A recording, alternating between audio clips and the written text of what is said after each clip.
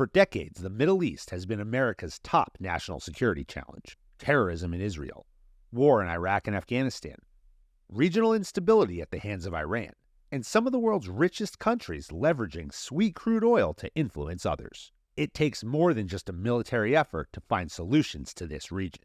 As America navigates one of the most volatile times in history, I sat down with General Joseph Votel, one of America's most influential leaders and scholars in Middle East policy. General Votel commanded United States Special Operations Command, United States Central Command, Joint Special Operations Command, and the 75th Ranger Regiment, 4 organizations critical to the national security strategy in the Middle East. General Votel and I unpacked the reasons why Hamas chose to attack Israel on October 7th, Iran's malign influence in proxy warfare, and the responsibility of the other Gulf states in preventing regional instability. We also broke down the opportunities the United States has in the region across the diplomatic, information, military, and economic spectrum of national power, including America's ability to mobilize for a peer-to-peer fight and the importance of the gray zone conflicts. Plus, we talked all things Ranger Regiment, the officer-NCO relationship, and how effective leadership doesn't require pages of policy, but a drive to just get things done. Take a listen, watch, or read my conversation with one of the Army's most respected leaders of our generation. Then head over to our YouTube channel or your favorite podcast platform to catch up on our entire national security series from Washington, D.C. and Fort Liberty, North Carolina. General Votel, welcome to the Jedburgh podcast. It's great to be here with you, Fran. Looking forward to it. I want to talk about this peer-to-peer challenge. It's been brewing for some time. It didn't happen overnight. So I said, for 20 plus years, we're in this counterinsurgency, we're in this counterterrorism fight. But in the background, these nation states have been building capacity. In the military, we talk so much about DIME, diplomatic, information, military, economic, these elements of national power. How do we leverage them and pull different capabilities in different regions of the world to exert power? And we're not the only ones who are doing that. Our adversaries are doing that in different ways. We see that all over the world. As we operate in the Middle East today, I think this concept of DIME, even though it's this doctrinal term we learn as lieutenants and then we seem to forget about it until probably we're general officers again, and then all of a sudden we got to start thinking about these things. But it's critical now. We see it played out in the press every single day. The catalyst to so much of what's going on right now, specifically in the Middle East, has been Hamas's attack on Israel in October. First and foremost, I want to ask you, why now? Why are we in this situation now? What's changed over the course of the last couple of years to change the dynamics where we are looking at near peer or peer-to-peer adversaries rising up? Yeah, great. No, I think it's an excellent question. And, I think to answer your question, directly, I think what has really changed has been the United States and just our outlook on the world. As you mentioned, as you so eloquently stated there, we have been engaged in this fight against terrorism and counterinsurgency and a variety of things, principally in the Middle East, for 20, 25 years, maybe longer if you look back at some of the other things we're doing. And so that's really consumed us a lot, and it's really given the opportunity for China and for a resurgent Russia to kind of step up and in the void that has been created by us being so focused on that, to really begin to exert themselves. And so I think that's a part of it. I think there's also the simple fact is China has a plan, and they have a much more focused idea about where they want to go as a nation. They've assessed themselves. They've got a strategy in place. They've been using the strategy now for 15 years, and they're making progress on it. And they're driven largely by their economic objectives, and they are driven largely by the fact that they are not satisfied with the world order, the system of rules, and everything that have been put in place largely by the United States and the Western powers after the Second World War of operating in that environment. So they want to level up on that. They want to compete. They want to change it to where it's more favorable for them. I think they consider it to be very favorable for us. I think that begins to explain why we're in this situation with China. Russia, I think, is a different situation. Quite honestly, I think you've got a maniacal leader there whose principal motivation was the fall of the Soviet Union. and something that was almost inconceivable to him to take place. And so I think what you see is a lot of activity on his part and on the part of Russia to try to restore some of this greatness that of the Soviet Union, at least their perception of the greatness of the Soviet Union, and of the Russian fatherland. And so I think you see a lot. You think you see a lot of that is going in that direction. Again, we've been focused. We've been a little bit distracted with what we're doing. So it's given space, time, and space for these two actors in particular to step up. What's their end game, though? If you look at what they're, and let's take those. We'll go a little deeper on China and Russia for a second. What's the end game? I mean, because when they look at the world, I mean, where are they trying to get to, and what do you think that both of those leaders, what do you think their ideal world looks like? Yeah, I think both of them have a different end state vision, but there is some overlap between the two of them. So I think if you start with President Xi, I mean, he is the China 2050 plan, this plan to make China great again, so-called here, and be prosperous, drive the economics of the world, be the one who sets the rule. I think that's what he is looking at. He is looking at this more through the lens of making China great, making China dominant, back to its historical position as the dominant country in the world, which you'd have to go back hundreds of years to see that, but that's the way they think. And I think, and I think, I'm not an expert on Chinese culture by any matter, but they take a long-term view, even if that long-term is centuries and centuries and centuries. And they view a lot of things that have happened at the hands of the United States and of the Western powers as being an affront to that and being designed to keep them down, so that the United States, the United Kingdom, other Western powers can exploit the areas that would more traditionally be under the influence of China. And I think in a word, they've had it, and they're trying to reassert themselves in terms of that. Putin has pretty much told us what he wants to do. He wants to eclipse the United States, and I actually think that he believes, and in fact, I think he has told us this in one of the letters or articles that he wrote here a couple of years ago, is that he would love to be in a position where he is dominant in Europe, and then the partnership between China and Russia would come together, and they would set the rules of the road for how the world operates on a day-to-day basis. So I think he views this as a more cooperative effort with China in the long run. I'm not sure that President Xi does. I don't know that as well, but I think Xi looks at it as Russia being more of a minor partner in the relationship. I think Putin looks at it as being two co-equal partners in this. What do you make of the argument that's been made recently, and primarily it's being made by Robert Kennedy as he makes his bid for the presidency, that that Putin's incursion into Ukraine, his frustration with the West, is a byproduct of the expansion of NATO and the expansion of the UN into the Baltics and the periphery of what was the Soviet Union bloc states.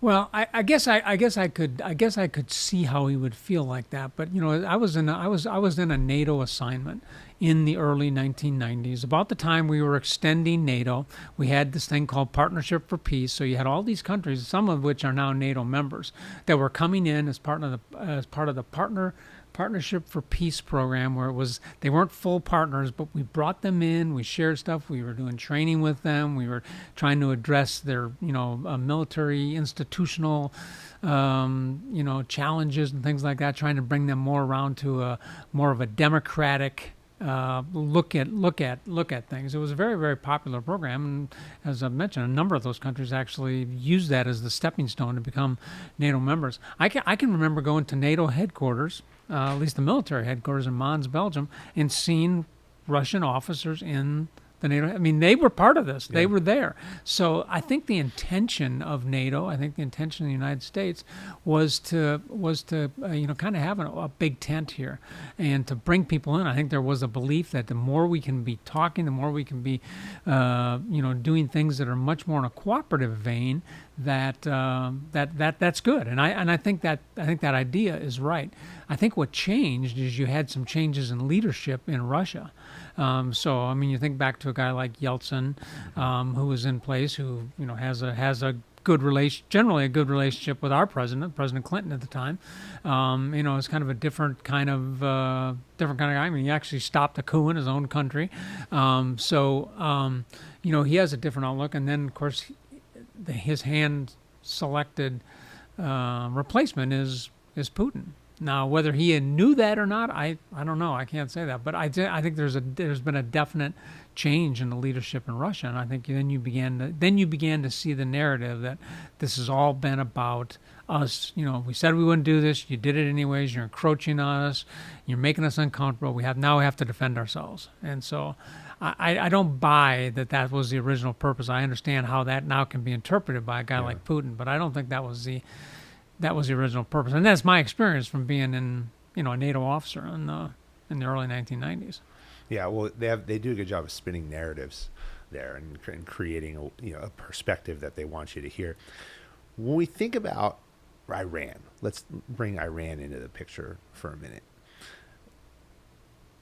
They seem to pride themselves on creating chaos in the region, but what we saw even as recently as this last weekend is then they've made a transition. They've made a transition from solely arming and equipping proxies and pushing proxies forward to now conducting a direct attack against Israel, although caveated with lots of forewarning and then immediate weapons are in the air, and they're in the UN saying the matter is resolved, no hard feelings either way.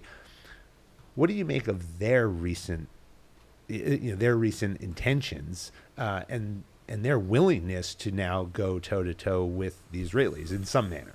Yeah, really interesting, isn't it? And as like everybody was watching this transpire over the last weekend and trying to understand the thought process behind that. And I think Iran felt they were put in a position with this strike that took place on April 1st against their so-called diplomatic enclave in Damascus, which is viewed as sovereign territory. I mean, we view embassies overseas as sovereign U.S. territory. So they would apply that same definition to it. So I think they view this as an attack on Iran, and so I think they felt they were compelled. And then not just the attack, but the gravity of the attack, the people that were killed in this. I mean, the top 2 or 3 IRGC Quds Force leaders in Iraq and Syria, and then a whole bunch of their minions that were important. Those were all killed. That's in very public location, visible for everybody to see. So I think they probably felt compelled to do something here. They had to respond in this. And in this case, because it was sovereign Iranian territory, they could not rely on the proxies to do their bidding here. I mean, that's always an option to them, but they had to respond themselves. I think that's the reason. I think they probably debated. They, like we've now watching the other side of the cycle here with Israel, considering how they're going to respond to this, they took some time to respond to that as well. So I can imagine there was a fairly significant debate, and I would imagine part of their discussion was, hey, we're going to do this, we're going to launch this, we're going to show capability, but we're going to do it in a way that is going to give them an opportunity to blunt it to some extent and minimize the effects on the ground. And I think that's what they did. I'm a little cautious about saying that because I don't want to downplay what Israel and the United States and UK and France and Jordan did to defend. That's a significant defense of Israel. But I think there was a lot to it, and I think that's the way they think about these kinds of things. I mean, they're so quickly coming out and saying, "This is it, we're done, concluded. Let's move on." Yeah, I think that's how they think about it. I think it was interesting in a couple of reasons, right? I mean, number one, you have their demonstration of capability. and now the reports are coming out, 50 or 70% of the projectiles, whether they be aircraft or rockets or missiles, failed in flight. So now you start thinking, okay, well, this was great because now we learn what is their actual achievable capability, similar to what we saw with Russia and have seen over the last couple of years in Ukraine. Do they have the combat capability that they say they have? But at the same time, it also exercised the capabilities on the Israeli side and the U.S. and the Jordanians, and it almost drew out who in the region was going to back Israel. Really back interesting, I think. Really interesting. So you have to think about were those the conversations that are being had?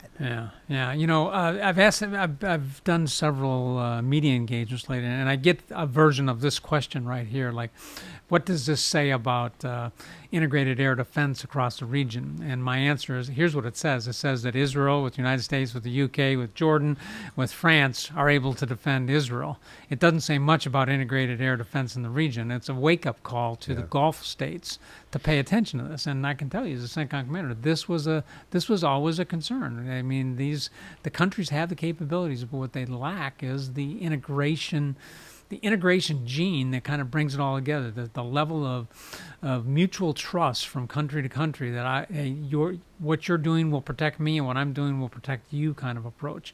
And that has to be sussed out more with the Gulf partners. They have to be taking a really close look at what happened here. I want to ask about the Gulf partners, because we've seen since Hamas's incursion in Israel, we've seen varying degrees of response from the Gulf partners, whether it be Saudi Arabia, Qatar, the UAE.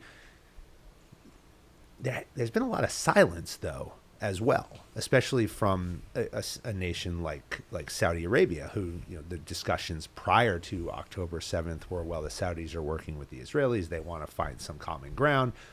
What do you make of the relative silence out of the Saudis? And then how do you assess the oil states, the Gulf states, and their willingness to get involved?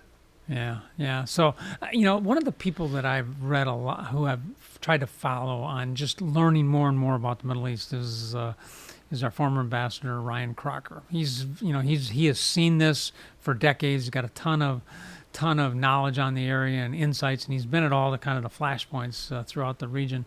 But he makes the argument, and I agree with this, and this is what, and I think this does explain it, is the rhetoric that you hear from a lot of the Gulf states about the Palestinians is always pretty strident. There is this, they speak that there needs to be a Palestinian state. That Palestinian question is an underlying tension in the region and has to be resolved. So the rhetoric part of the approach is present. What's not present is the action part of this, and that's what we're seeing right here. And I think when you dig deep into that, you begin to see that the Gulf partners, the other Arab states,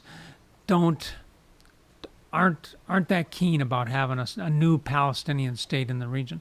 Many of them don't want Palestinians coming to their states. I mean, this is the case with Egypt. You won't find any there. Yeah, nobody's welcoming it. Yeah, nobody's welcoming them. Nobody's bringing them out. And so there is a word deed mismatch here that is taking place with the Gulf states. I think they are concerned about some of the leadership that Hamas has, that the PLO has had in the past, and they're concerned that revolutionary aspect of it will come to their countries and destabilize or further destabilize the situation. I think it's really important to look at the trajectory of what each of those Gulf countries have been through over the last several years. Just take, for example, Saudi Arabia, now largely led by the Crown Prince. I mean, and his focus has been on the 2030 plan, economic diversity. Let's think about the future. Let's open it up. Let's become more here than we can be. And I think that you see that replicated across the region. They are focused on other things, and I think they view the action part of the Palestinian challenge here as a threat to them. So there's a real serious say-do gap here with the Gulf states over this. Yeah.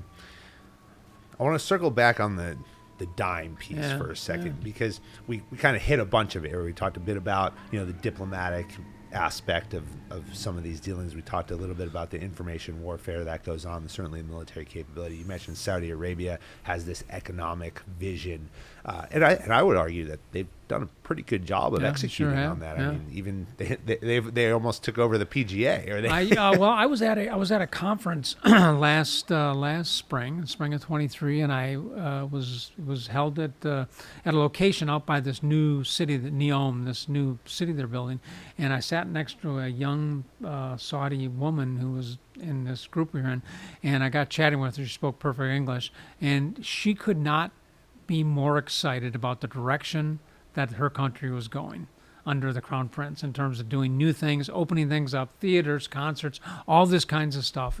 So there's definitely something happening in these countries. Saudi Arabia you go to now is not the Saudi Arabia you went to 5 or 10 years ago. That's for sure. What do you think our strategy should be when we break those down, when we look at those 4 factors of national power? I mean, where do we need to focus? Yeah, I think one of the challenges that we've had in the Middle East, and maybe in some other areas, but definitely in the Middle East, because that's the area I know the best, is we have over-militarized a lot of our policy, our foreign policy in these areas, by large formations and the conflicts that we've been in, and we've allowed, I think, the military element of the dime to really dominate the whole American approach to the region. The organization that has the most resources, has the most people, that can do the most, that's very capable, knows how to plan, has kind of taken that over. And so what I think the challenge we have is getting. I mean, the strategy would be to try to get all of the dime back in balance. Where diplomacy is leading, there's a strong information component to it that is talking about our values, talking about our interests, not only to the region but to our people, to make sure they understand why this is important, and that we are moving investments into the area. This is one of the challenges I heard in Saudi Arabia when I was there a year ago was, they're doing all this stuff up in the northwestern part of the country in this fantastic city they've got envisioned up there, but they're not getting the Western investment that they need, nor from the United States. So that has to be balanced out. So I think we have to have a more balanced approach to the region, and we need to be leading with diplomacy. I like the idea of partnership. That's really important. Being seen as a trusted partner, I think is probably a good approach for us to take and be seen as that. And we haven't always been that. We've largely been mostly a military power, and we haven't been able to bring the other elements, the other great things that come along with the United States, really to bear in that region. Yeah. Well, let's go a little deeper on the trust thing. Mm-hmm. One of our staunchest allies in history has been Israel. We referenced the war in Gaza now, and nobody will argue that Hamas's actions on the Israelis are in any way anything less than savage. The relationship with the U.S., initially, everybody was, we support Israel. We're all in anything they need. What you've seen of late is now some frustration, some tension. A lot of that because of the humanitarian toll that's being taken very publicly on the Palestinian people. America, Israel, nobody can project combat power like we can, very effectively, right, very rapidly. We've seen that. You've led this all over the world. And that works really well at the outset of conflict.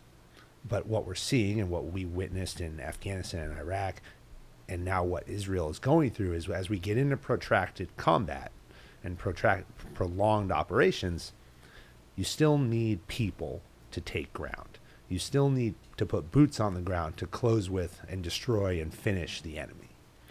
And that becomes extremely complex and difficult. Now take that into an area as small as the Gaza Strip, pack it with millions of people, and you've reduced most of it to rubble, and now you have to send people in, and it's an extremely complex environment. How do you, I want to ask you first how do you do that? How do you weigh the decisions as a commander and as a leader that you have to make between the humanitarian toll that you know is going to be all over the news versus having to close with and destroy an enemy who is dead set on destroying you and your way of life? Yeah, no, I think that you're hitting on a really, really critical piece here, and in the campaign against ISIS, this really came to a head for me as a CENTCOM commander, because we were focused on this. I inherited the campaign from Secretary Austin, General Austin at the time, and virtually the plan was in place for how we were going to do this, but yet we still had a lot of hard fighting to do, and so this balancing, protection of civilians with accomplishment of the mission, with operating in accordance with the law of armed conflict and things. These are really heavy tensions in this, and we made mistakes along the way. But what we tried to do is we tried to look for ways to reduce the risks associated with what we were trying to. We had a very clear mission. It was defeat the caliphate. It was dislodge ISIS from their so-called caliphate. I mean, very clear. We didn't deviate much from that at all. We were very focused on that.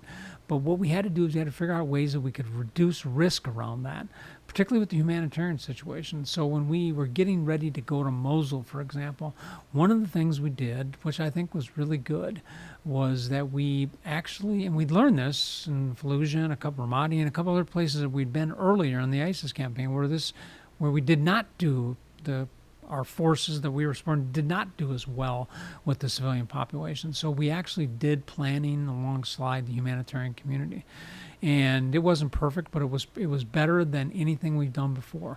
And we were able to identify humanitarian corridors where people would move. We were able to identify assembly locations. We assisted and advised on stockpiling supplies. We created communication chains so we could communicate back and forth between the coalition, the forces, and the humanitarian aid community to try to minimize that. And as you know, it wasn't perfect. And then that's the misfortunes of war. Unfortunately, there's a lot that isn't controlled in there. But those types of things, what I was really thinking about in terms of this is how do we reduce risk to the mission as we do this, because we knew if we had a bad humanitarian situation on it, the mission's not getting done. We're going to get ground down. Our administration's going to slow us down, and the international opinion's going to work against us. And we already had enough of that just with the stuff that was going on. So from my perspective as a senior commander, most of my job really is about how you're trying to reduce the risk to the campaign, get the campaign in place, trust leaders to execute the plan, make sure you're well informed on it, but then work really, really hard to reduce the risks that are going to impact that plan. And one of them was this thing with civilians in Mosul and throughout the campaign. So we really had to pay a lot of attention to that. Yeah. Big argument that's been being made, and I know you've heard it, is that if you open these humanitarian corridors, if you put food in there and you put aid, are you arming your adversary? Yeah, you may be. You know what? And that's a risk of all of this. And this is the risk you have to take in the campaign. So, for example, during the campaign against ISIS, as we were coming down the Euphrates Valley in Syria, in eastern Syria, supporting our partners, Syrian Democratic Forces, half Kurd, half, Arabs, Arab militias. There were at least, I don't want to say half dozen, but at least 3 or 4 towns where we actually stopped at the request of the tribal leaders to allow ISIS to come out, or for them to get civilians out, or do things like that. Yeah, I mean, it was unpopular. It was a difficult thing to brief to the Secretary of Defense, but it was what we had to do to move forward and accomplish the mission while also protecting the civilians and keep the force together. So we're working through partners in terms of. So we had to figure out ways to do this. It's hard to do, but there's risks in everything, and it's not going to be perfect. And this is I think part of the challenge in terms of communicating this, is that I fully acknowledge we made mistakes throughout this, not necessarily deliberate mistakes, but where we're trying to hurt people. But it's the aspect of what we're doing. And what role does media play? because we've seen, I mean, everything's broadcast live now, and we've gone through that. You've gone through that evolution in your career. I mean, where we weren't open to reporters on the battlefield. We had everything was a satellite shot now, and now it's your iPhone. It goes up on social media, and it's instant. Yeah, I think you have to embrace it. As ugly as difficult as it might be, I think you do have to embrace that aspect of that component of the whole information approach right here. I mean, I can remember as a young field grade officer showing up, jumping in the JRTC, and you get over to your seminary, and next thing you know, there's somebody with a camera and a light in your face, and they're interviewing you, and it was this kind of shock that they were trying to get you to think about this as part of a training exercise, and it seemed like a little bit of overkill at the time, but frankly, it was a good way to begin thinking about the integration of media into military operations. When you look back to, the start of the Iraq War in 2003, our embedding of journalists with different units. I mean, that was generally a very positive thing. Not only did the American people get truth and get exposed to what their military forces were doing in their name, but there actually were very trusting bonds between the media and military commanders and organizations as they went through. So we've had some highlights of this. We've been inconsistent in terms of this over the time. As the CENTCOM commander, I made a practice of bringing media with me when I traveled into the region. And I didn't do it every time, but I did it more than 50% of the time. And the Department of Defense, my leaders, the Secretary, they were initially pretty uncomfortable with us doing that, but there was a reason why we did it, and you have to give people exposure to things, and you have to be able to let them see it. And I can almost honestly say this, is that in the dozens of times I took reporters with me, I never really got burned on it. I didn't get burned, and meaning people put out a story that really put me in a bad light or that was inaccurate or anything else. I actually think it worked to our benefit, and people became more trustful of what we were trying to do in the campaign. So I think you really have to find a way with the media to work with them and embrace that whole idea. Yeah. I wouldn't be sitting here if it wasn't for the efforts in the invasion into Iraq, because I was studying broadcast journalism at Boston University. I was 9/11 was my junior year, so you saw everything that happened there. And then 2003 came around, my senior year, and you see journalists riding on vehicles in the invasion, and I thought to myself, wow, like I can go be a war correspondent. Yeah. That looks like an awesome job. Until I watched Geraldo Rivera pull out a gun after he got attacked with an infantry squad once, and he fell down, lost it, and I looked at that and I said, "Oh hell no, not going to do that. I'm going on the other side, and I'm going in the army." There definitely has to be some rules in place for this, and it is a mutual trust relationship here. It's you got to give and get in terms of this. One of the things I tried to do, particularly as a CENTCOM commander, was make sure I took different parts of me. So I tried to bring a long form writer with me. So think of a guy like David Ignatius that is going to write a intellectually stimulating piece for a major newspaper.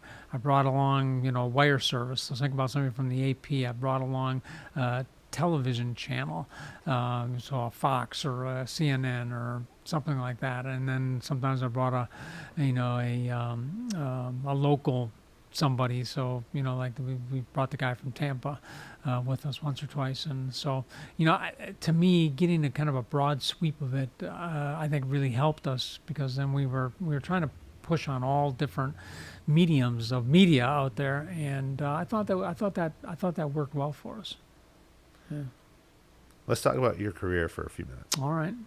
You commissioned out of West Point in 1980, served in 3rd ID in Germany for your platoon leader time, and then you moved and made the transition to Ranger Battalion. Late 1970s, when you were in West Point, was and we could consider an interwar period, very sort of like where we are today when we look at some of the challenges that our military faces. What was your call to serve, and as you were trying to decide what you want to do when you grew up? Yeah, why go to West Point? It's kind of a sordid tale here. When I was 10 years old, my oldest brother lived in Baltimore, And this was 1968, and we went out there to visit him during our spring break. And one of the things, and it happened right after Martin Luther King was assassinated. So the whole area, Baltimore, Washington, was all on tenterhooks here, and there actually was you could be out during the day, but you had to be back at your homes at night. You didn't want people out there doing things. And so one of the things he did is took us out to the Naval Academy for a kind of a day trip. And I was, again, 10-year-old kid. I'm looking around wondering, what is this? What is this place? What am I looking at here? Help me, I'm trying to get my head around this. And I was just so impressed with everything that I saw. I can remember turning to my dad and said, this is right here. This is where I'm going to school. And that was kind of my plan, was to go, maybe just try to go to the Naval Academy. So when I got into high school, I that's what I was thinking about. And then somewhere along the lines, somebody said, well, you ought to consider applying for West Point. I was like, West Point? Why do I want to do that? And so I did, and then I ended up getting to West Point, didn't get into the Naval Academy, and the rest is, is history, as 40 it years is. later. But I like the idea. I like the idea of the military. I had brothers that served, uncles that served, others like that. So it wasn't like we had a strong, I wouldn't describe our family as a strong military. We had people who did their duty, but it wasn't a career. But I liked the idea of that. I actually went to a military high school, so I liked some of what I was seeing. I liked the kind of the discipline, the order that came along with it. It kind of fit my style, and so it was more of a lifestyle kind of idea. I never had any thoughts about making it a career. Frankly, and in fact, when I showed up at West Point on the first day, instant buyer's remorse. Why? Because it was like, man, what did I get myself into? I literally went into New York City the night before. My dad put me on a plane in Minneapolis, sent me to New York City, told me what to do, stayed in a hotel with a bunch of other new cadets. We got in the bus, drove up to West Point the next morning, loneliest bus ride I've ever been on, all the way up there. And then you get off at Mikey Stadium, and all of a sudden people are in your face and it's going, man, what did I just do? And then, of course, you get sucked into it so quick that others are going through the same thing with it, and then there's kind of a collective sense of grief with all of it, and next thing you know, you're digging it. So, so I mean, I like the idea of service, and as I continued to serve, I had great opportunities. I went to a great unit to begin with, so I had some really good examples set for me. This was all the officers, a lot of the non-commissioned officers were Vietnam vets. All my squad leaders, my platoon sergeant, the officers over me were all Vietnam veterans when I showed up as a lieutenant. So I mean, it was an interesting time, and I learned a lot doing that. And I liked what I was doing. I liked the people that I was with. I liked the mission. I could, there was more focus being put on the military in the early 1980s to kind of correct some of the stuff that had happened after Vietnam. So I just thought it was a good time. It was something that just really appealed to me. I told you we were going to talk about the Rangers. Yeah. We're biased here. I have to admit. I'm looking at your we are shirt biased. Yeah. and General Linder once told me that I talked to too many Rangers, and I needed to talk to That's more not SF possible. guys. Okay? but we haven't gone deep on the Ranger Regiment and the importance of it and what it means to our national security strategy. You commanded the regiment. You utilized them extensively in your subsequent commands at different levels.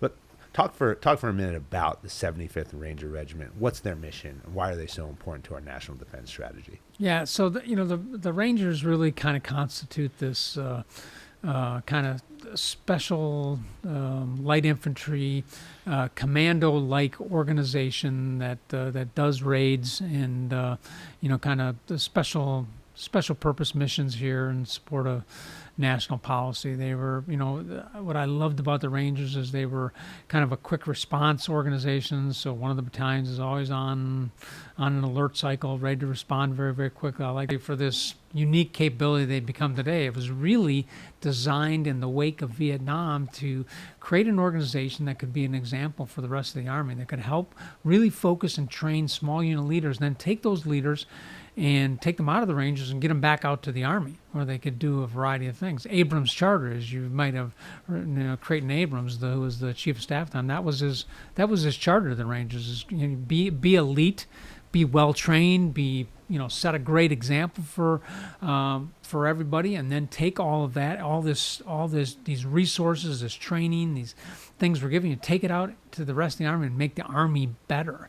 And that was the real underlying mission of the Rangers. But again, along the way, they got into the special operations community and they developed these unique capabilities, and then they became this force that became an integral part of particularly on the counterterrorism side of special operations forces, and they really I think migrated and adapted into that role quite well.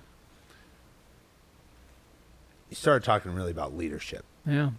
And the ability of the unit itself, but more broadly, Ranger School. We have had a number of conversations about Ranger School, something near and dear to my heart, because I think it was, as an infantry officer, it's expected that you go. And I remember the night before I went, my wife was like, "Don't come back without it." Because I don't want to deal with you if you don't. Yeah. And fortunately, I did. I went through it, and it was great most of the time. Yeah. But it does set you apart, and it does give you a sense of hard work, of discipline, of perseverance. That there's no other way. You can't read a book about it. You can't listen to a lecture or even watch a movie, and all of a sudden you're going to have this experience where you're going to be a different leader. You got to go through those 61 days. Mm-hmm. You have to find a way to take those lessons, and 20, 30, 40 years later in your life, you find yourself in awkward times. Last night I was telling these guys, it's 4 a.m. and I was still up working on this and finishing a proposal. Mm-hmm. And I thought back to Ranger School. Because I'm like, man, I want to go to bed. Oh man, I'm hungry. But I got to get this done. What do I do? And you're sitting there, and I'm thinking I'm in the fire base. Like I got a hard decision to make. What am I going to do right now? So you carry these lessons with you. Talk about the leadership aspect, though. Like when you develop Rangers, when you develop these leaders who are capable of operating at that level, what are you looking for? What are the characteristics? And then how does that transcend into building any organization around that character? Yeah, I think germane to what we were talking about here, Ranger School, of course, it's designed to break you down, put a lot of pressure on you, as many of our special operations community assessment and selection programs are designed to do, is to expose your vulnerabilities, expose your weaknesses, know where you can go, help you create situations where you go beyond what you think you can do in that. So, certainly Ranger School does that. What I'm looking for in leaders that come out of that, and I think in that particular community, is I'm looking for folks who can reach the balance between men and mission, that understand the importance of doing that, can take responsibility for themselves and for their organizations. They're going to be able to exercise that and appreciate what they have to do in that. They can share in all the things that their organizations are expected to do, and be able to do that. And then they're setting a great example for everybody along the way. To me, leadership has really become about the basics. And as I kind of continue to move up the chain, it just became so much more clear to me that you can. And I do read a lot of business or leadership books out there. I'm always reading on these things, and there's great stuff out there. You can always learn from it. But for me, it really does come down to mastery of the basics, and that applies in leadership as well. Setting an example, taking care of people, being clear, being a good communicator. These things are the things I'm looking for in the leaders that I was around. And as I became more senior, those basic things we consider to be basics, became much, much more important. You've developed a lot of leaders over your career. I did my homework before we came here today, and I talked to a few of them. And you've left a tremendous legacy in the Army. I mean, I won't even say in units, in the Army writ large. And every person I talked to, without fail, gave me some input, some story about how they're where they are today. And these are the most senior people in our commands are telling me this about you. And I got a few things here that I'll throw out, and then I got a question for you. But a few of them, you don't need 5 pages of ideas and guidance. You don't need to wait 90 days to make an assessment. One of your biggest advocates told me that you need to get in and start working from day one, from moment one. I also heard that you've become more relaxed since you retired. But everybody had the common theme, and the common theme is you got to get in and you got to get to work, and you got to do it from moment one. And these ideas of figuring it out and wait for the right moment, it doesn't need to be like that. Be direct, be concise, take action. When you're a new commander, a leader, a CEO, whatever it is that you come into a role, what is your advice to that person who now walks in the room and they're sitting at the head of the table and they're in charge? Yeah, I think you have to expose yourself a little bit to the people that you're leading. You have to create a little bit of vulnerability, and you have to tell them, who you are, and you have to make sure people appreciate who you are. I think it's important to acknowledge, have an appreciation for the organization that you're stepping into. I agree with this idea. You got to get in, you got to take action, you got to get things going, but that's not incompatible with appreciating the journey that the organization has been on under the previous leader. And so I've always tried to, when I stepped in a job, is be gracious, be acknowledging of the people that preceded me, the organization that, the organization was great before I got here. It's going to be great after I leave. I'm filling this space right here, and I'm helping to move to the next level. And so I think you got to have that perspective on it as you step into it. But I think you got to take some time, let people understand. You do have to do some assessments with this. I think one of the things that I really grew to appreciate was making sure you understood the culture of an organization. What is it? What's the thing that drives the organization? What's its autopilot? How does it think about its role? And it's not the same. Every organization is a little bit different in this. There's definitely one in the Rangers, and there's definitely one at SOCOM, and there's definitely one at CENTCOM, and almost every organization I've been a part of, it's different. But I think you have to appreciate that, and then try to build on that as you move forward, as you move out. And you got to learn to trust people. One of the biggest lessons I learned is growing up and being a leader, and this happened to me when I was Admiral McCraven's deputy at JSOC. I'd been out in the 82nd, so I'd been in the conventional force and came back to the SOF community as the deputy there, and I was really trying to dive into the targeting process and everything you're doing. And you come to the realization that the people that are working for you are infinitely smarter than I was, or I will ever be on not just the tactics, but on the technology aspects of what we were trying to do. And you really have to learn to trust people with that. And that was a leadership adjustment that I had to make at that particular time. I was never going to be as smart as they were in some of these skills, but I had to learn to trust that and bring all that into my leadership calculation. How do you build trust?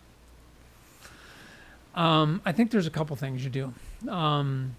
I think you have to, in order to create trust, you have to be a good relationship builder. And I think leaders, particularly senior leaders, I think there's a couple critical skills that you have to really master. They're basic skills, but you have to master. One of them is the ability to build relationships, and how you get along with people, how you engage with people, how you feel empathy towards people. When I was getting ready to go to CENTCOM, I made a point of calling a variety of former CENTCOM commanders, and one of them, General Tony Zinni, Marine officer, one of the things he told me, it was really clear, and it was really basic. He says, hey, just shut up and listen. Listen to what people are telling you. Try to understand it before you start responding to things. So this listen, understand, respond approach, I think is a good approach for leaders who are engaging with diverse groups of people, diverse relationships, to understand what they're doing. Sometimes as Americans, we always want to we're type A's. We want to get in and solve the problem, but the problem's not ready to be solved yet. Sometimes people just want to be listened to, and you gotta practice this listen, understand, respond thing. And then when you do respond, be responsive. One of the things I thought was most frustrating that I picked up from our partners, people that I work with, is, we have a tendency to give people the indefinite maybe here. We don't tell them no, we don't tell them yes, we tell them maybe. Maybe we'll do something for you here. And what I found is that people can handle a no. They can appreciate that. I mean, we went through this with our Syrian Democratic Force partners, General Mazloum, the Kurdish leader of all this, all the time. I mean, there were things we were just not going to do. We were never going to do something that would be an affront to Turkey. We were not going to go into other Kurdish cantons where he was having problems. We were not going to get focused on the regime or anything else. We were about ISIS. That was what this partnership was about. And so a majority of our discussions, particularly in the early phase of this, was about those types of things and being very, very clear and listening and understanding, but also being responsive in terms of the things you're doing, and kind of defining the left and right limits of the relationship. Trust has to exist between a commander and their sergeant major at senior levels, but their senior enlisted partner.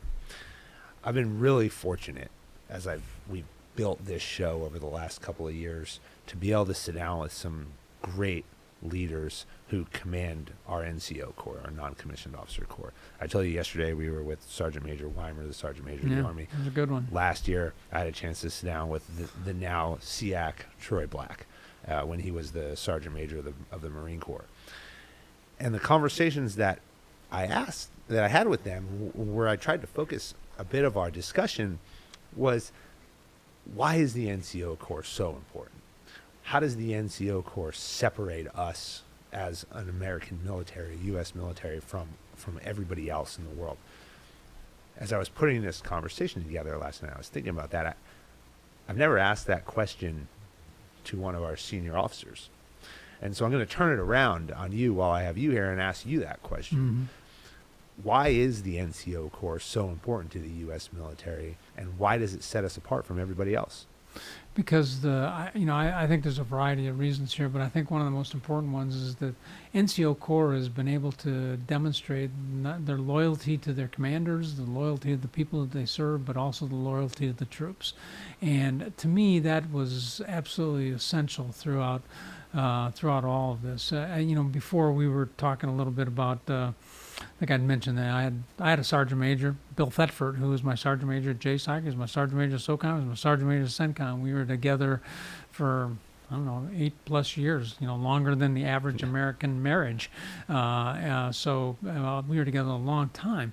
But Bill was a guy, I learned so much from him. Calm, collected, smart, articulate, thoughtful about the things he's doing. He has the ability to look down and see what's happening with the troops and in the organization, but he also has the ability to communicate to senior leaders in a way that makes just made a lot of sense and provided great, candid, articulate feedback to me and others as we went through this. So to me, I think that stood out. We have made a huge investment in our non-commissioned officer corps. We have academies, we have selection processes. We've created a whole architecture around putting people into these positions and making sure that they get the requisite skills and training that goes along with this. We've brought non-commissioned, especially in the SOC community, brought non-commissioned officers out and we put them in the master's programs and other things like this that really made them, the smartest non-commissioned officers that we can find and put them in these situations. It just made them better. So, to me, it's been about their ability to, look up and down. It's been about the investments that we made in there. It's been about the trust that we've kind of developed with our non-commissioned officers over a number of decades here. I was telling the Sergeant Major yesterday that I was very fortunate, both as a platoon leader and as an ODA commander, to have absolutely phenomenal senior enlisted and team sergeant and platoon sergeant when I went, and really took me under their wing, and didn't allow me to fail. Yeah. Really saw my success was their success, and invested in that relationship. How does the relationship change though, and how does it evolve from a second lieutenant and a platoon sergeant in an infantry platoon to the CENTCOM commander and the CENTCOM senior enlisted? Yeah, there was a concept a number of years ago. You don't hear as much about it anymore, but it was one that I really liked. It was called the directed telescope, and it was the idea of getting somebody out there to be your set of eyes, looking at something and providing you candid feedback on that. And again, I'll go back to talking about Bill Thetford, because he was my guy for a long, or my sergeant for a long period of time, and he did that all the time for me. And there were times when we traveled together, but there were also times when he went out and did things by himself or with other members of the NCO support chain to look at what we were doing, and then came back and provided feedback to us on all that. And to me, that was absolutely essential. And I think the role changes as he becomes much more of a personal advisor. In some cases, a whisperer about to help you think through a lot of things. Leadership becomes lonely, as you know. When you get up to the top, there's not a lot of people you can go to. You have a tendency to isolate, so you do have to have people in your circle that you can go to, and it can't always be the chaplain. It's got to be, or the psychologist, or your wife. You've got to have somebody that's got kind of the professional Kavorka here that understands what you're dealing with, understands the impacts of the things that you're doing here, and who can, in a very trustful way, share insights with you that can kind of help inform your thinking and decision making through this.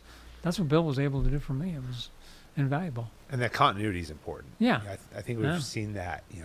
I talk a lot about General Linder. General Linder had Dave Gibbs, and they spent years, 3 or 4 commands together. But you develop that relationship where it's a partnership. Yeah, no, it very much is, and that wasn't always popular, frankly, and a couple places along the way, I had to fight to keep Bill with me throughout this, but it was the right thing to do. It was the right thing for me.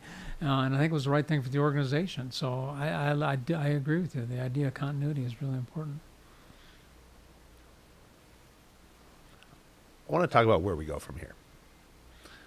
We're in this interesting period in history. People are calling it a 1939 moment, this interwar period. You've got the FBI director who's testifying in front of Congress. The red lights are blinking. Even the commanders who I've spoken with over the last couple of weeks in various different levels of command across the military, all are kind of given this perspective of, it's really not a matter of if, it's a matter of when, and how long can we delay when, and what's it going to be, and where, and will we be prepared? We've talked about Putin, we've talked about Israel, we've talked about a bit about Iran and China. There's threats across the globe. Our job, and the job of the military, is to be prepared to combat those threats when and if they present themselves. How do you develop a force that has to be so dynamic that it is capable of responding to very different threats in very different regions of the world that may be seen or unforeseen? Yeah, it's a really, really excellent question. And, in thinking about it, let me just take back to the Rangers. When we went after 9/11, we went to Afghanistan. This was a exquisitely trained force. We could seize airfields wherever you wanted us to do that. We could do raids and stuff like that. But what we found very quickly was that the things that we had trained for, while they were important in the initial set of operations, they became less important as time went on, and the organization had to change its way of operating. This is an organization that generally operated as a battalion or on occasion as separate companies, but now we found ourselves in a situation where we had to completely change how we were doing things. We had to create platoon-sized strike forces and multiple ones going on multiple missions every night doing things. So I think the most important thing is that you've got to develop an organization is the ability to be adaptable and move to what the Department of Defense or what the nation needs you to be. I think it was General Miller used to talk about this a lot as when he was a JSOC commander. Is the organization has to be what the nation needs us to be. If it needs us to be a hard-hitting CT force that's going out and banging targets every night, then that's what it needs to be. If it needs to be a force that is leverages some of the more subtle aspects of special operations and is creating relationships and getting out and getting the lay of the land, then that's what it needs to be. So I think the idea of adaptable leaders who are questioning what they're doing, looking at the relevance of how they're doing things, and always searching for better ways to do things as the environment changes. To me, that's how you do that. And the Rangers went through I would say a painful period, but then kind of found their footing throughout all of that as they had to change, as did a lot of special operations and frankly our conventional forces as well. Everyone had to change based on the situation, and we're in that period again now as we look at this, the so-called Great War, peer-on-peer competition here, and so we've got to think our way through this very carefully. There's been a lot of focus over the last couple of years going into the conventional forces, Mm-hmm. long-range fires, aircraft carrier strike groups, advanced aviation platforms, and we've seen the effects of this. I mean, October, first thing that happens, we deploy aircraft carriers to the region. We deploy fighter squadrons, for deployment out of the U.S. across the world. We can project combat power very rapidly. There's been when we talk about resource management, we talk about where is DoD going to apply focus as we prepare for this near peer or peer-to-peer conflict, and how do we, as Sergeant Major Weimer said yesterday, how do we keep near in front of peer as long as possible? Yeah. The DoD's put a lot of emphasis on the conventional force, but we know SOF was developed. We talked earlier about the Jedburghs, the OSS, the operational groups were developed because everybody understood that we can't have a conventional force on conventional force of superpowers. We can't have peer nation states go against each other because it looks like World War II, and we don't want that in ever again. So we have to invest in SOF, but we've seen reductions in SOF. We've seen SOF be asked to take a back seat to investment in the conventional force.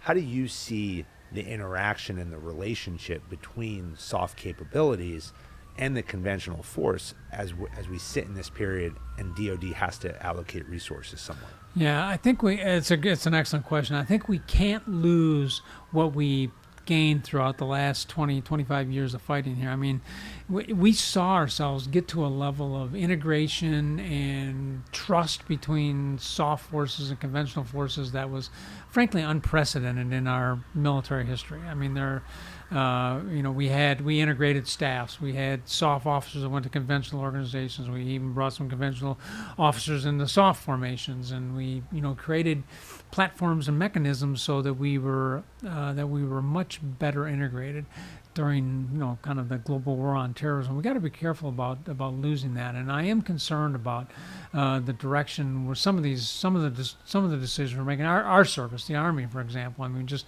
kind of an arbitrary cut on USASOC, on Army forces in terms of this. And I mean, I get that the Army is reducing force structure down to 452,000 soldiers. Our smallest army since before the Vietnam War is the path we're on to right now. So, I get that there's something, but there has to be a more thoughtful process into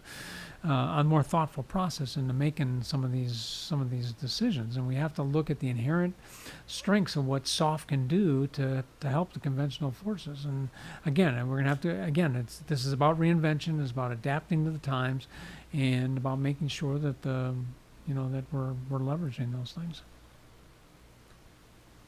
You recently came out of your role as leading Ben's business executive for national security. And what that organization is really working to do is bridge that industry into the defense sector. Although we've been at war for 20 plus years, the nation wasn't necessarily mobilized. yes, the military did more than their fair share. Yes, we had the defense industry, which was mobilized during that time, but we didn't have car manufacturers making airplanes like we did in World War II. We didn't have 9 out of 10 people used to walk down the street and have no effect on their daily lives. Right. We understand, because of history, what peer-to-peer competition looks like. And that doesn't get fought with 452,000 soldiers going against a nation. That looks like the society has to be mobilized. Right. Do you think that American society could mobilize, and what do you think that timeline could be, and do you think there's a propensity for that? Yeah, I think we can, but I think our muscle moves in support of that are atrophied a little bit right now. I mean, I'm an eternal optimist about the United States. I think we will inevitably do the right thing and rise to the challenge that comes to us, but it will take us some time, and we have not kept up on all the things that have kept us on the competitive edge of our partners out there. So if you just look at, for example, our own production capacity in the United States, I think China has about 2.5 million square feet of shipbuilding space. We have about 100,000 square feet of shipbuilding. That's an example right there. We, the average age of our ports, our military shipyards, federal shipyards that service our capital ships or carriers or nuclear submarines, is the average age is in the 90 to 100 years old time frame, and the infrastructure matches all that.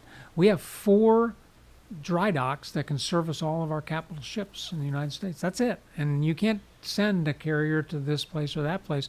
Some civilian do because of the classifications and everything deal with it. And we haven't kept up with addressing the infrastructure that goes along with this. And we've outsourced a lot of our production capacity. At the beginning of the Ukrainian war, as I recall, we had one plant in the United States that was actually making 155 artillery rounds, and we were doing it at a relatively low rate of production. We've done good. They've now doubled or tripled that, and they're doing it, and there's more plans to do that, but it's taken us the better part of 2 years to get there, and we don't have the time to do that. So we have atrophied in this. We have the capacity, but the muscles are not toned to do this, and so we have to do that. And I think first and foremost it starts with making sure we have a very clear strategy about how we're going to do things in the world and how we're going to look at things. That has to emanate from the national level and it has to come down. We have to have hard discussions with the American people about what's at stake. If we don't prevail in a competition against China, what does that mean? I'm not sure most Americans could articulate what that is. But if you're okay with China writing the rules of the road going forward, well, stand by. We're on the path right now. So we have to be really clear with the American people about what's at stake in this, and we have to talk with them about it. And sometimes I think for political purposes or other purposes, we choose not to talk about those kinds of uncomfortable things. As a kid that grew up in the '60s, in all the schools, we knew where the fallout shelter was. We knew who the enemy was that could alter our way of life, the Soviet Union. We had an appreciation for that. Our whole economic, diplomatic, military, informational aspects, all this dime that we were talking about a few minutes ago, Fran, was all geared towards that. We had a United States Information Agency that on a day-to-day basis was competing with the Soviet Union in the information space.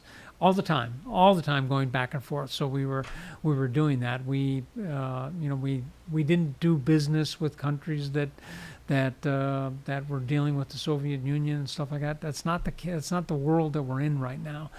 So we've got to look at those types of things, and that's all got to be tied into a strategy that American citizens can understand and appreciate the stakes of. Well, it comes down to that concept of going to combat versus going to war. And we, for so long, Right. you got second Yeah. chances. Yeah. You know, you go out there, Right. you conduct your raid, you conduct your patrol. If you got hit, you came back to the base, you went to the gym, you went to the dining facility, and you took a nap and you went back at it. Right. You don't get second chances in war against nation states. Yeah.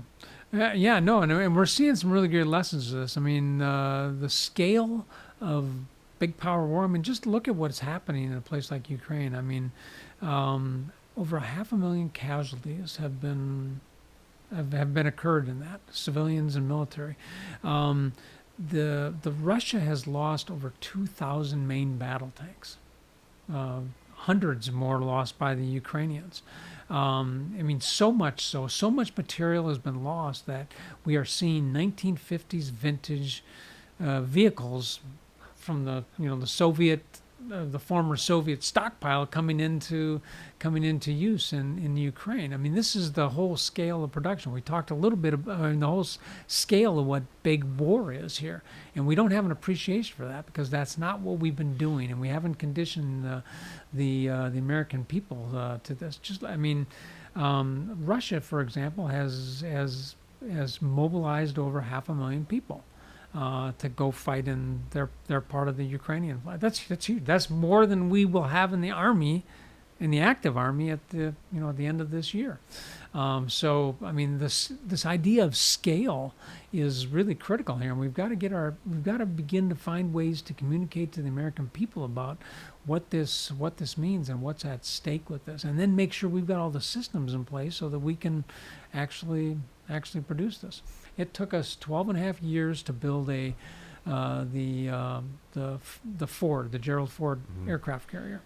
It took China about 8 years to convert their first ship into a carrier, and it took them 5 years to build their second one. It's probably going to take us another 12 years to build our next version of the next Ford class carrier. So we got to figure out ways to speed this up. And it starts with the Department of Defense. It starts with Congress. It starts with the administration. I mean, there's a lot of work to be done here in terms of this. We can do this. I am confident we can do this, but we have not moved with the alacrity and the speed that we need to. You know better than anybody, and you're saying it here, that people are the most important asset that we have. Right. Soft truth number one: people are more important than hardware. We need the best and the brightest to come into the military, I'd say the Army, but we also need to retain them across the force, across DoD. How do we compete for that talent? Because that talent now, it's so easy. Then you go on Instagram, you can be anything you want to be. And the algorithms continue to promote that and make you believe you can be whatever you want to be. But the younger generation is smart. They see opportunity. They see options. They want choice. How does the military compete with that talent to get them to come in and continue the mission? Yeah, I mean, I think, so I talk about this with a lot of audiences civilian audiences I talk about, because whenever this question comes up, people really locked on on the recruiting challenges we're having, and they want to understand what that is. And I think one of the most important things that I try to emphasize to people is that this is not going to be a problem that is just going to be solved by the Army or by recruiting command or by putting a few more flashy commercials up on this. This really is, again, this goes back to the previous discussion here. It's about how the nation thinks about itself and how it protects itself. This has got to be a discussion with the influencers and with the American public, and exposing our young people to what the opportunities are out there.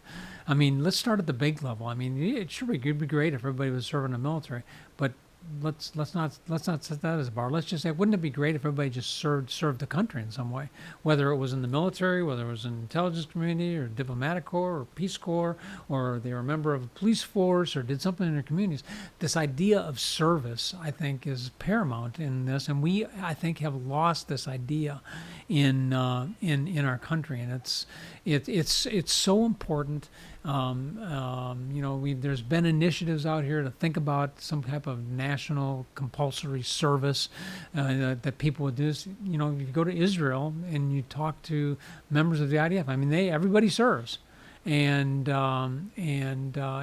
impressive when you talk to people there. They understand why they're doing things, and they understand what that service means to the nation, largely in the IDF, and it carries with them going forward. And they are a nation that relies on people being mobilized in times of.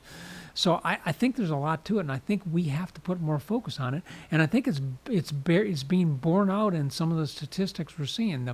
The proclivity for people to serve, that would even think about service in uniform or in some other way is at almost record low levels. A variety of reasons. One, we're a larger population. We're not 200 million people or 330 million people, so there's more people there and people doing lots of diverse things. Less people no people that are in the military or doing something that are serving the country. A lot of kids don't know what the opportunities are out there because they haven't been exposed to that, whether it's in the military or in some other part of service to the nation. And so we really have to look at how we address this in our communities to begin with.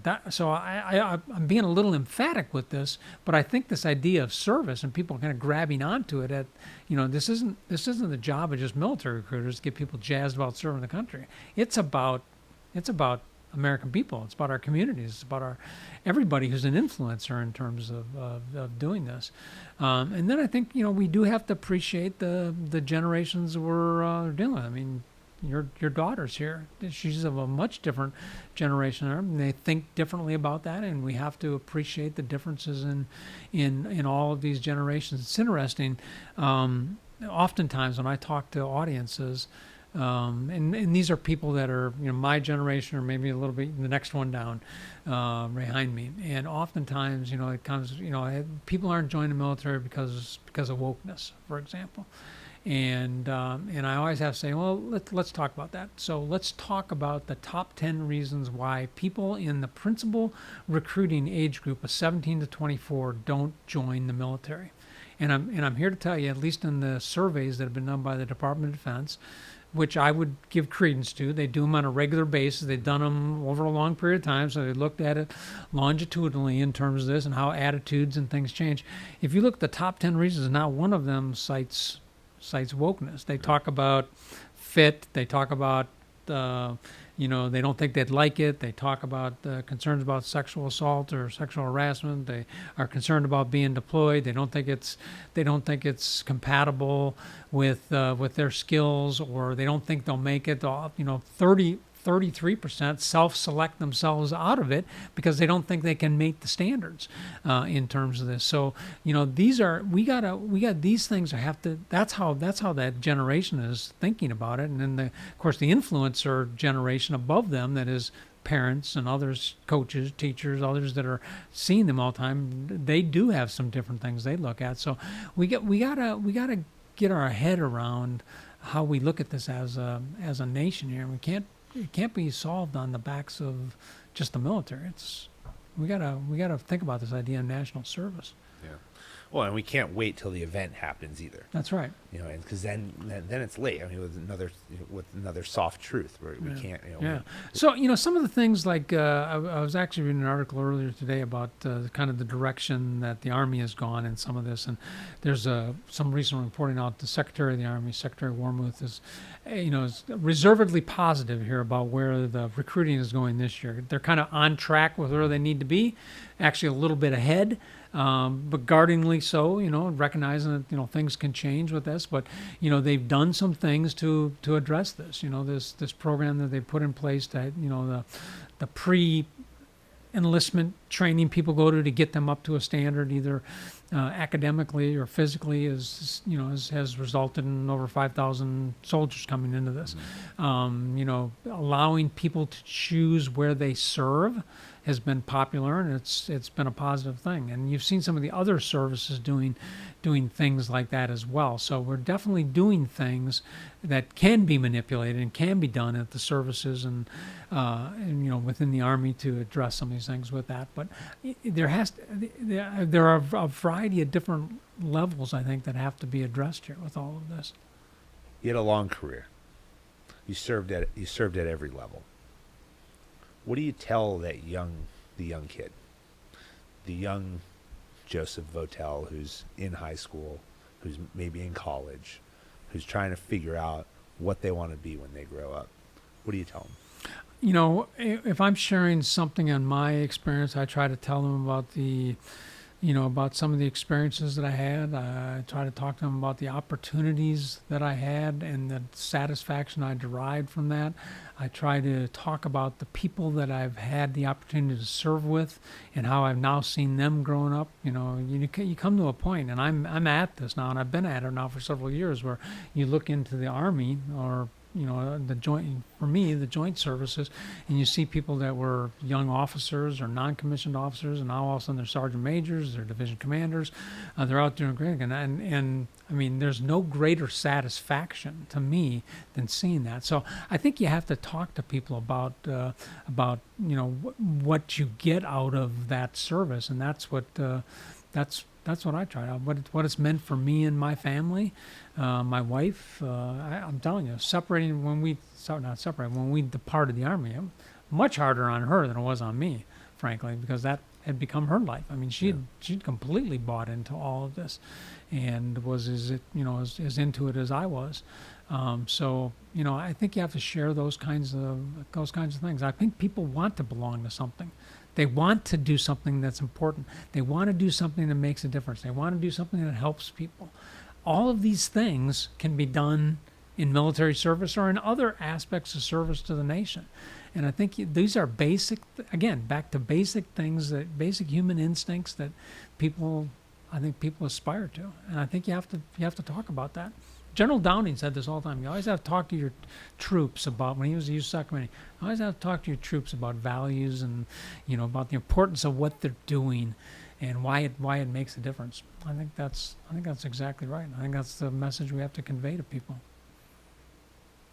Last question. Yeah. Test question. All right. The Jedburghs in World War II, I preface it with that, but soldiers, sailors, Marines, airmen, you name it, elite performers. Mm-hmm. They've got to have habits. They have to have foundations. I say that the Jedburghs of World War II had to do three things well every day. They had to be able to shoot, they had to be able to move, and they had to be able to communicate. Those are core foundational tasks. If you do those to a high degree of proficiency, then when other challenges come your way, you don't have to think about them because they're muscle memory. What are the three things that you do every day to set the conditions for success in your world?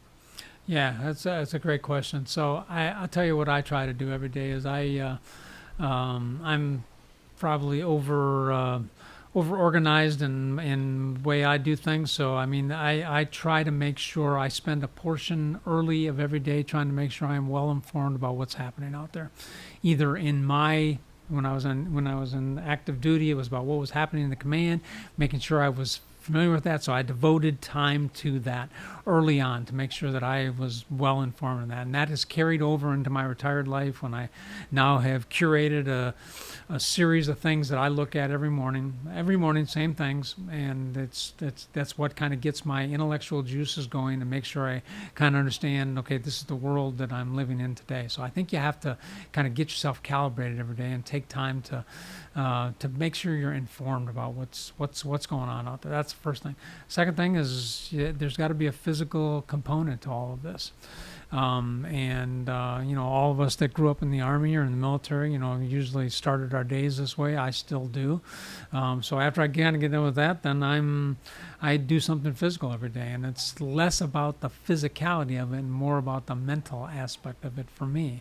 I was a runner and I liked endurance kinds of things. And so I have now kind of taken that and continued to do that, not to the same degree, certainly, but to the degree to which a 66-year-old guy can do it.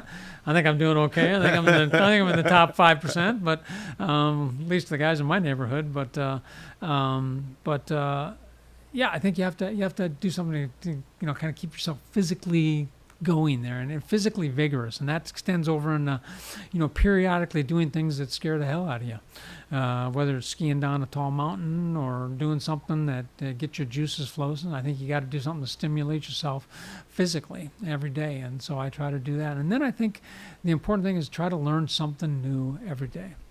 And it doesn't have to be anything overly significant. And it could be listening to a podcast, or watching a YouTube video, or reading a portion of a book, or maybe learning something about somebody else, or maybe refining a skill that you have or that you want to develop, and try to make an improvement every day. I had a coach who was very influential on me in high school, and that was his whole deal. It's like, hey, every day, try to make yourself 1% better. Don't worry about the big leaps. 1% better. And then over the course of a week, you're 5% better. Over the course of a month, you're 25% better. Over the course of a year, you've repeated yourself. You've multiplied yourself 2 or 3 times. And that was such a powerful idea for me. So this idea of learning and making yourself a little bit better, a little bit sharper every day was really important to me. Be well informed, stay physically fit, and learn something new. Try to learn better. something every day. Absolutely.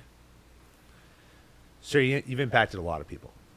I ran into you, certainly didn't know you during my time there, but ran into you a number of times at different large-scale events where I just was in the corner hiding, pretending that that I didn't really want to be there, and then avoiding people like you.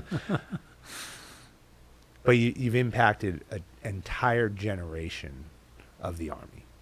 And those leaders that you talk about, who you look back on now, and their sergeant majors and their commanders and their division commanders, they exist in every command. And every one of those leaders has the absolute respect for everything that you've done for them and for the country. And we're all better for it. We're way more than 1% better as a nation for everything that you've done for us. I think that I agree with you 100% that the future of America is bright, and the future will always be bright, as long as we continue to invest in our people, as long as we continue to put America first, and as long as we share that vision. The mission is the most important thing that we have in any organization. Your mission may have been a bit undefined when you came into the military and you graduated West Point in 1980, but you certainly found it, and you carried that forward, and there are a lot of people who ascribe to that mission today. So I thank you so much for spending some time Thanks, with me. Fran. I've enjoyed this, and thanks for your comments. I've taken more than I've given, believe me. So it was a wonderful journey. I loved every day of it. So I appreciate the opportunity to talk with you today. All right. We'll have you back soon. Thanks. Thanks. All right. Good. Thank you very much. American Jedburghs went on to form the foundation of the United States Special Forces and the Special Activities Directorate of the Central Intelligence Agency. Thanks for listening to the Jedburgh Podcast, an official program of the Green Beret Foundation. I'm your creator and host, Fran Racioppi. Join us next week for a new episode on Apple, Spotify, or wherever you get your podcasts. Check us out on YouTube for full episodes, highlights, and other long and short form content. If you like what you heard, give us a like and leave a review. Follow the Jedburgh Podcast and the Green Beret Foundation on LinkedIn, Instagram, Facebook, X, or Threads. Send your comments and inquiries to fran@jedburghpodcast.com. As former members of Special Operations Forces, the Jedburgh Media Channel and the Green Beret Foundation remain committed to supporting all generations of U.S. Army Special Forces and their families. Thanks for joining us on this episode. How you prepare today determines success tomorrow.